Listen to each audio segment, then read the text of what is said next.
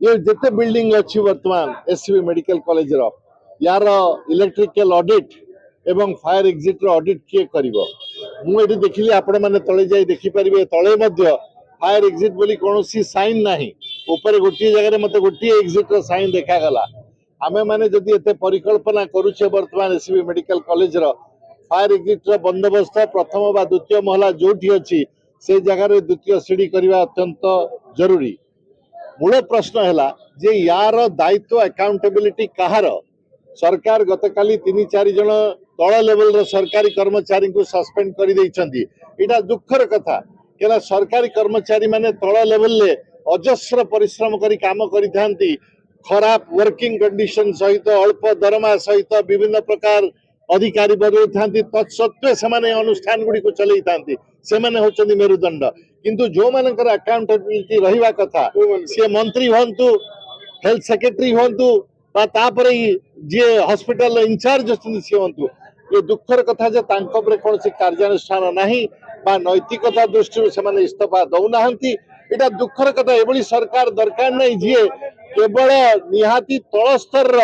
सरकारी एम्प्लॉई जे बिचारा निजर प्रतिवाद करि परिबे नहीं निज कथा रखि परिबे नहीं तांको सस्पेंड करिवार कोनोसी अर्थ नाही से तो द्वितीय प्रश्न जे आपण कानून बसत समस्त गोटे नेचुरल जस्टिस अच्छी कहबार सुजोग दे था एक्शन नवा आगु यहीटा केवल जेहेतु विधानसभा विजु जनता दल अन्य विरोधी दल माने विषय प्रश्न उठाउछंती सेटा को अवॉइड करने जूनियर सरकारी एम्प्लॉई को एभली भाव निलंबित करने उचित नथिला तेणु मोर सरकार को वर्तमान दाबी रहिबो जे जो माने एक्चुअली अकाउंटेबिलिटी नवा कथा से माने या तो इस्तीफा दियंतु बा तांको पर सरकार को जदि साहस अछि कार्यानुष्ठान करंतु तलिया सरकारी कर्मचारी को मो परिवार रे बहुत मु देखिछि से माने अजस्र परिश्रम करिथांती विभिन्न खराब परिस्थिति रे मध्य सरकारी कल को चलैबा पाई सेमानको ऊपर एक्शन नहीं लोकों को भुआ बोलेबा उचित नुहे वो अत्यंत दुखित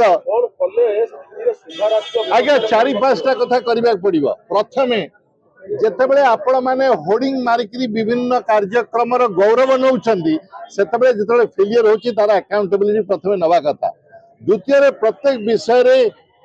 जो मानकर जो दायित्व ताको क्लियर करी जो माने योग्य लोक से मानको अपॉइंट करिवार अछि एवं जो जो व्यवस्था रे फायर हजार्ड जाको आमे कहूचे बा अग्नि रे जो रिस्क अछि एटा किछि नुवा कथा नुए एथि पाई विश्व रे अनेक ज्ञान अछि जद्वारा आपण माने ऑडिट करी ए विषय पदक्षेप नहीं पारिबे मु प्रश्न पचारे को चाहूची अतीत रे केते समय तळे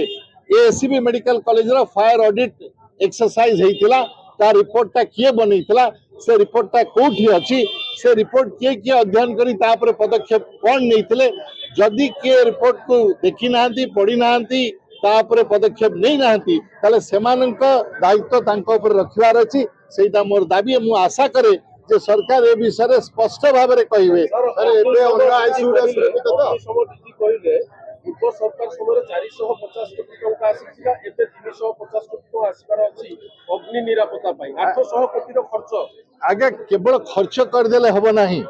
प्रत्येक जिनसर मेंटेनेंस जरूरी आम घर भितर मध्य आमे माने घर केले इलेक्ट्रिकल प्लग लगाउछे जेतबे गोटे स्पार्किंग होउची सेटा के देखुची आपण माने बदलुचंदी निज घरे ये हॉस्पिटल ए दायित्वटा कहार किए देखुची जे इलेक्ट्रिकल मेंटेनेंस जो बली हबार कथा सेटा होउची ना नाही से दायित्वटा कहार एभली अनेक मौलिक प्रश्न अच्छी जार उत्तर सरकार को रखिबार अच्छी एटिकार प्रशासन को रखिबार अच्छी एबे अन्य आईसीयू रे सुरक्षित तो मु केमिति से कथा कहि परिबी जे एठिकार अधिकारी सरकार को जवाब देबार अच्छी केवल आईसीयू का क्या कौन सी जगह रे आपनकर इमरजेंसी डिपार्टमेंट होउची नॉर्मल वार्ड होउची प्रत्येक जगह रे घटना घटी पारे तेणु आमको वर्तमान उठिबा को निजर कुंभकर्ण निद्रा रे प्रश्न पचारिबा को पाई जे आमर जो दायित्व सेटा को सुचारू भाबे हम संपादन करूचे ना केवल आमे माने बसिकी ऊपर सरकारी शासन ने गदी रे कल रे जो जो लाभ मिलुची ताकू उपभोग करूचे ना हम निज काम करूचे एटा होची प्रश्न लंबा समय आपण माने रहिले शासन रे जो कार ऑडिट